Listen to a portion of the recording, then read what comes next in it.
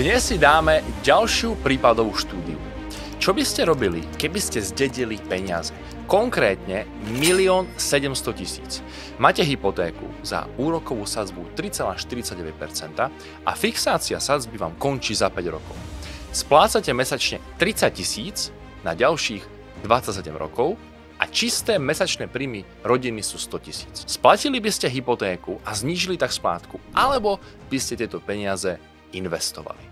Táto otázka, ktorú sme riešili s našimi klientmi, má dve roviny. Finančnú, matematickú, logickú a tú druhú, emočnú a psychologickú. Poďme najskôr na tú finančnú. K tomu si uvedieme najskôr ďalšie ciele tohto páru.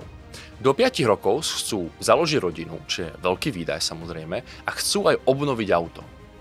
Dlhodobé ciele majú, že nechcú platiť hypotéku 30 rokov. Mimochodom, kto by chcel, ja tiež nie, a chcú budovať majetok na rentu, aby nemuseli pracovať až do 70-ky, pretože znova, kto by chcel, na dôchody nebude, priateľia. Ciele sú podstatné, pretože podľa cieľov následne volíme aj cestu. Ak pôjdete z Prahy do Brna, tak zvolíte auto alebo vlak. Ak pôjdete z Prahy do New Yorku, tak zvolíte lietadlo. A podobné je to aj vo financiách. K cieľu hľadáme vždy ideálne investície a tým pádom aj cestu. Teda, vyplatí sa im finančne úver splatiť? Poďme si dať pár čísiel. Ak zainvestujú 1 700 000 korún na 5 rokov, pri zhodnotení 6% ročne zhodnotia vloženú čiastku o 550 000. Za to isté obdobie by zaplatili na 1 700 000 korún v hypotéke úroky dohromady za 280 000. Finančne teda dáva zmysel peniaze investovať. To ale nestačí. Je to len polovica toho, na čom v skutočnosti záleží. Darmo vám budem ukazovať všetky krásne čísla. Rozhoduje niečo úplne iné. A to je emočná rovina. Niekoľko výskumov ukazuje, že ak zdedíme peniaze, máme k nim úplne iný vzťah ako k tým, ktoré sami zarobíme. Nazýva sa to mentálne účtovníctvo. Máme totiž pocit zodpovednosti. Vieme, že tie peniaze sú po rodičoch, babičke, ktorá to tvrdo makala na záhradke, tak sme s nimi až príliš opatrní. Naopak, keby ste našli 1 000 700 000 na ulici, utratíte ich o mnoho ľahšie.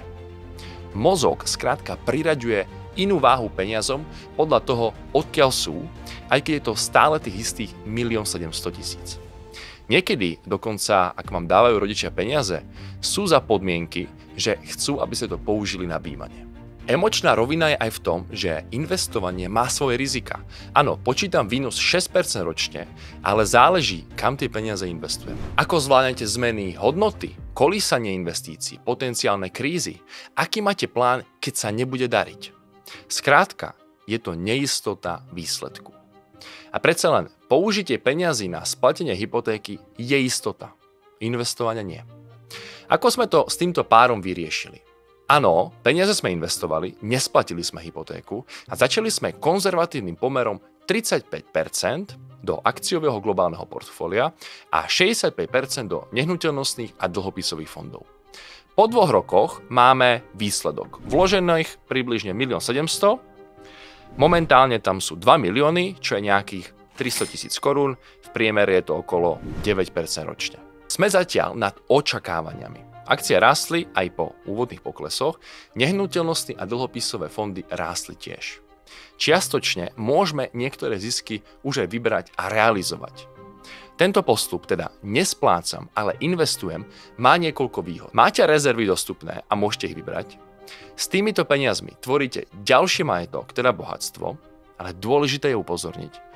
Pomer medzi akciami a ďalšími aktívami si každý nastaví podľa svojich skúseností, očakávaní, strachu, dĺžky investície a toho aj ako ovláda svoj emočný stres a ďalších 10 vecí. Nemá zmysel rozoberať presné fondy, do ktorých sme investovali. Všetko je 30 nehnuteľnostných fondov a len pár dáva zmysel, podobne ako aj tých dlhopisových. Navyše, podobnými doporučeniami, konkrétnymi, by som vám ešte mohol ublížiť. Sledujte skôr koncept premýšľania a stratégie. A hlavne je potreba si nastaviť správne očakávania. Teda investície môžu kolísať a ísť aj do záporu. Aj nehnuteľnostné fondy, ktoré sú inak stabilné, v prípade veľkej kríze dokonca môžu zastaviť výber peňazí na niekoľko mesiacov.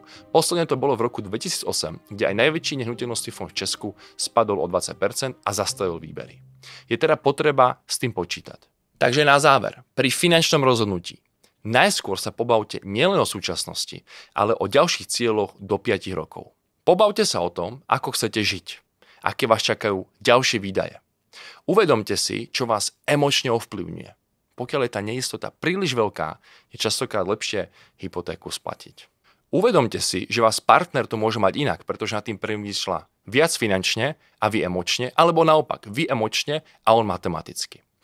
Aj u vás, ktorí sa nás pozeráte, každý to bude cítiť úplne inak a je to v poriadku. Napíšte nám do komentára, ako by ste to riešili vy. Prípadne mrknite na naše ďalšie video o osobných financiách alebo kliknite na odber, aby vám už žiadne video neuniklo.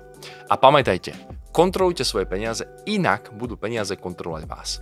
Teším sa na vás opäť na budúce, dovtedy utrácajte vedomo a sebavedomo. Ahoj!